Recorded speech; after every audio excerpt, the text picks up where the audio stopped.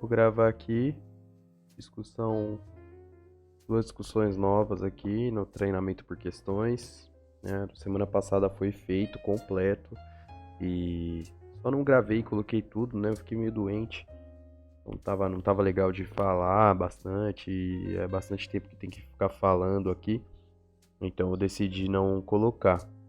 Mas vamos lá. Hemorragias da primeira metade de gestação inicial de localização desconhecida.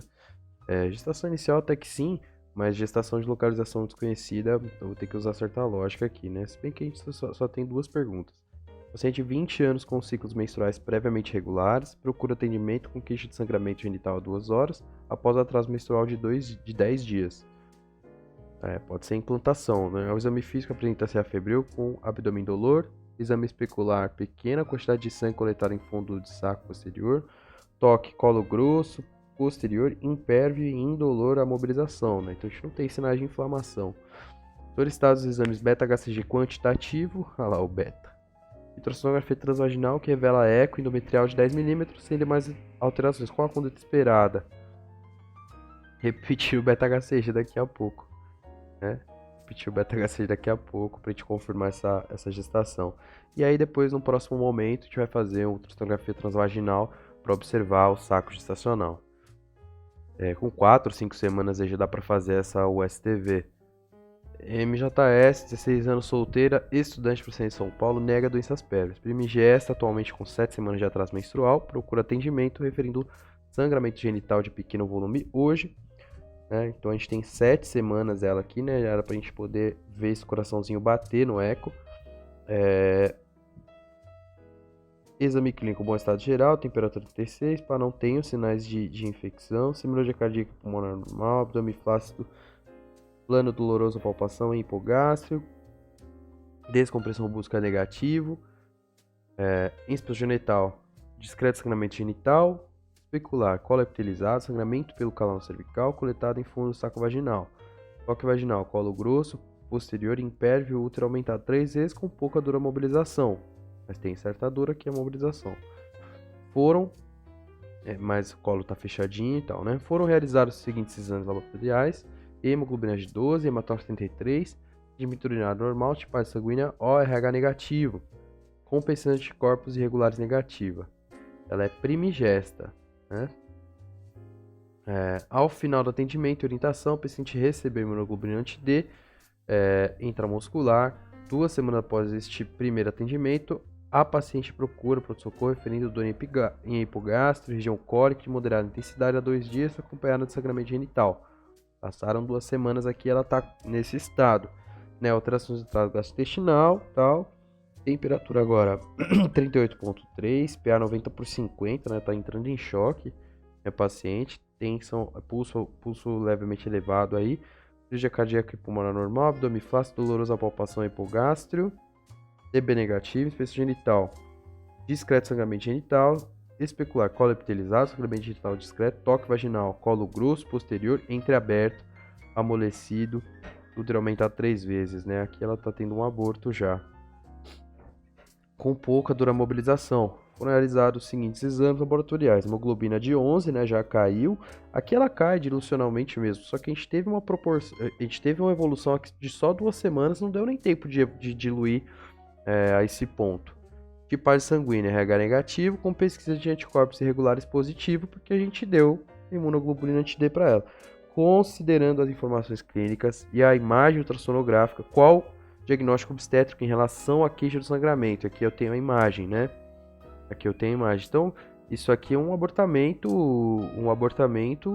se não em curso, é um abortamento incompleto, né? Acho que é abortamento em curso, para dizer a verdade aqui para você. Ou um abortamento infectado, né? Eu tenho temperatura 38,3. Abortamento infectado encaixa mais, né? Gestação dobra no sangramento de primeiro trimestre. Vamos dar uma olhada nesse comentário aqui. Thumb genital pequena quantidade, dor abdominal leve. Exame ginecológico evidenciou um aumento do útero e colo uterino fechado. No começo, na segunda avaliação, comprometimento, estado geral, febre, diminuição da pressão e tal. O colo uterino está entreaberto. Nessa situação, pode suspeitar de manipulação uterina com possível quadro de aborto infectado. Aborto infectado. Gestação tópica com sangramento de primeiro trimestre. Não é esse, né, o meu diagnóstico aqui, né? Não tá interessante.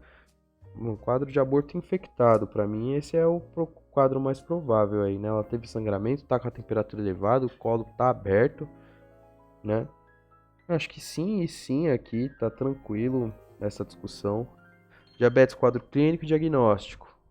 8 questões aí. Conhecer indicações de rastreamento, métodos, parâmetros de diagnóstico de diabetes, conhecer os parâmetros de diagnóstico de pré e manifestação clínica. Homem de 55 anos procurando atendimento com queixa de fadiga, perda de peso, várias micções durante o dia e fome excessiva, né? Tá tudo bonitinho. Que tipo de alteração? Hiperglicemia. Hiperinsulinemia? Não, hiperglicemia. Esse é o meu tema, né?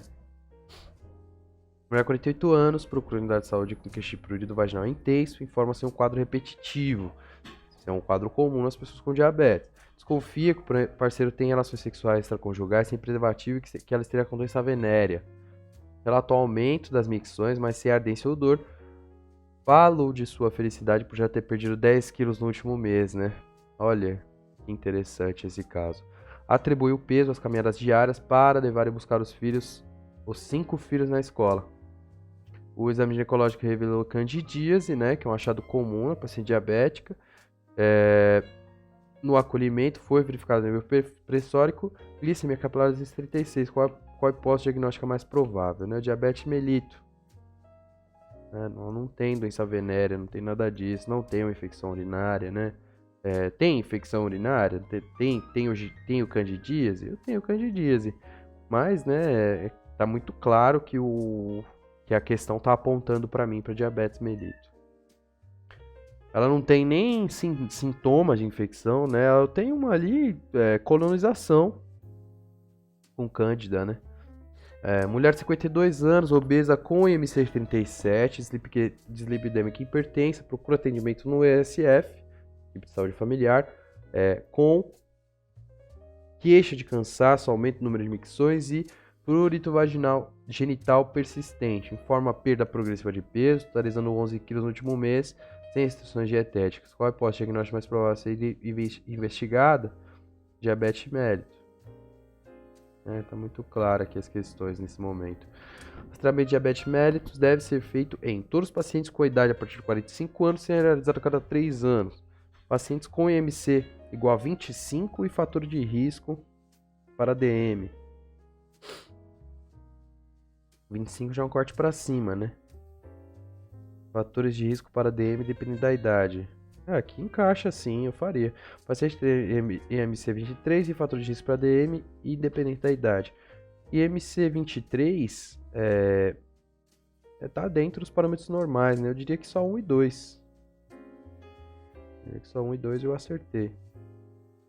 Para o diagnóstico de DM, é correto afirmar que o método preferido para diagnóstico é a determinação da hemoglobina glicada. Não, uma das vantagens da dosagem da hemoglobina glicada é sua boa correlação com o risco de complicações microvasculares. Uma glicemia colhida ao acaso acima de 200 mg por decilitro confirma o diagnóstico de DM. Acho que eu preciso de sintoma também, né? Mas gostaria de marcar esse aqui sim. Se considera intolerante à glicose, paciente que apresenta nível de glicemia em jejum entre 100 e 125, não.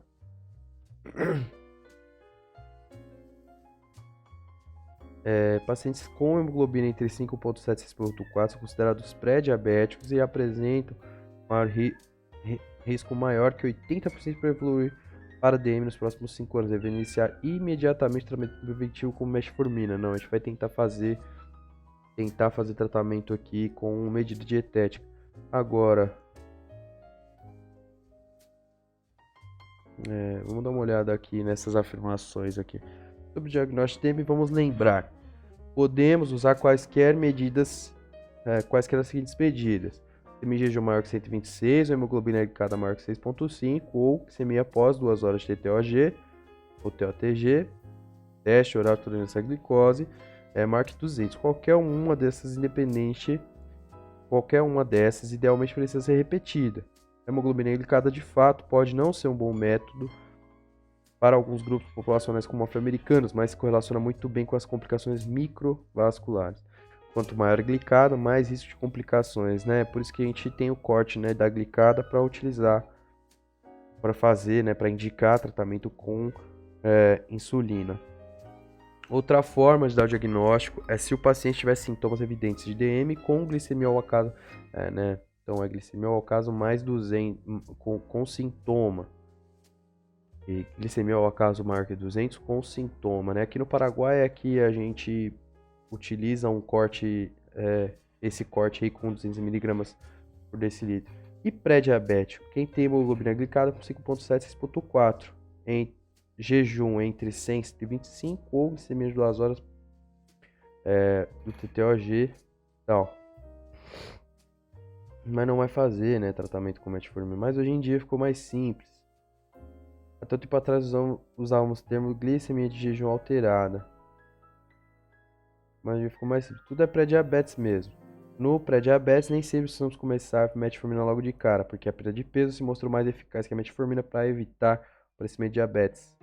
Né? Então, esse aqui ele confirmou, esse aqui ele mostrou para nós que não tá correto. Esse daqui não é o melhor método diagnóstico.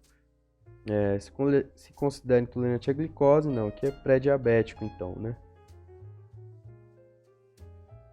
Diagnóstico de diabetes mellitus pode ser estabelecido quando o indivíduo apresenta glicemia de jejum maior ou igual a 100, dependendo do valor de glicemia prandial e da HbA1c. Glicosura e frutosamina, não. Glicemia de jejum maior ou igual a 126 ou glicemia de 2 horas após sobrecarga de glicose via oral maior ou igual a 200 ou HbA1c maior ou igual a 6.5. Perfeito. Glicosura, glicemia de jejum maior que 115, não, né? Tá certo ali. Todos os pacientes diabéticos buscam se atingir níveis de hemoglobina glicada entre 6 e 7. No entanto, é importante conhecer situações que geram erros de interpretação desses exames, tais como elevação falsa, uremia e redução falsa anemia falciforme. De fato, a anemia falciforme pode ser uma causa de redução falsa, mas uremia não tenho certeza. Elevação falsa de deficiente folato, redução falsa do uso crônico de opioide. Elevação falsa, hipertrigliceridemia e redução falsa de crônico de aspirina. Elevação falsa, alcoolismo. Elevação falsa, gravidez. Redução falsa uso de vitamina C. Eu acho que isso aqui é... não, aqui. É elevação falsa com uremia. Elevação falsa, gravidez. Essa vale a pena memorizar. Informação fácil, nem precisa gastar tanto tempo na cabeça decorando. Vamos lá. Qualquer situação que leve à perda do sangue e hemodialização vai baixar a hemoglobina glicada. Porque a hemoglobina glicada nada mais é que a hemoglobina está lá dentro das hemácias. Se eleva na gravidez de fato, né? Vamos dar uma olhada aqui. Então, anemias hemolíticas, perda sanguínea, gravidez levam a valores falsamente baixos. E aquele mecanismo, né, da resistência à insulina, da indução à resistência à insulina para poder jogar mais sangue com açúcar para o bebê, né? Tem essa questão, e aí eu teria uma elevação, né? Já o uso de algumas substâncias como salicilatos, opioides, alcoolismo, aumento de triglicerídeos, uremia podem, por interferência no método, levar a valores falsamente elevados. Aí não tem muita lógica, tem que decorar mesmo. Então, uremia aí, valor falsamente elevado. E várias outras condições que demonstram valor falsamente diminuído. Um paciente de 40 anos de idade procurou o BS para a realização de exame de controle de sua casa, de sua saúde. Estava assintomática e o exame físico nada mostrou alterado. Como estava em jejum, foi submetida à realização de exames complementares, tendo-se observado apresentar uma glicemia de 120. Com base nesse caso clínico, a opção que apresenta a conduta clínica será adotada. Diagnosticar diabetes? Não. Solicitar TTOG? Não. Diagnosticar pré-diabetes e orientar mudança de hábitos de vida. Mais um teste, né? Mais um teste diferente do primeiro, né? Você apresenta glicemia de jejum alterada em muitos próximos do limite, compatível com diabetes. Tá bem perto aí do diabetes, né? Solicitar a dosagem de HbA1c concomitante ajudaria para a melhor noção do quadro. Também é utilizado o rastreamento e tal. Logo, a resposta correta é a letra B, pois são necessários mais dados para definir se o paciente é portador de pré-diabetes também, né? isso com aumentar diabetes ou diabetes já estabelecido. Então, nos dois casos, né? Foi uma falha no meu raciocínio bem clara, né? Porque nos dois casos eu vou precisar de um outro teste, né? Um teste diferente do primeiro, qualquer um deles mais diferente do primeiro, para fazer o diagnóstico de diabetes e também de pré-diabetes, né? Isso aí foi uma falha muito grotesca no meu raciocínio, talvez seja o Covid, não sei. Bom, uma falha do meu raciocínio mesmo. Questões de rastreamento, tranquilo, métodos e parâmetros de diagnóstico também. Conheci o parâmetro de diagnóstico do pré-diabetes, isso aqui eu vou marcar como não, porque eu não conheci exatamente os valores ali. Conheci manifestações clínicas aí claramente, né? Então, finalizados aí os temas de hoje, né, na segunda-feira, e aí amanhã eu finalizo os temas de terça, né? Tá pintando bastante já o mapa, bastante coisa já que tá feita. Agora vamos para outra coisa, vamos responder o Anki, né? Finalizar as respostas do Anki e começar um estudo de ginecologia para uma prova final que eu tenho na quarta-feira que vem, dia 25, 23. Isso aí.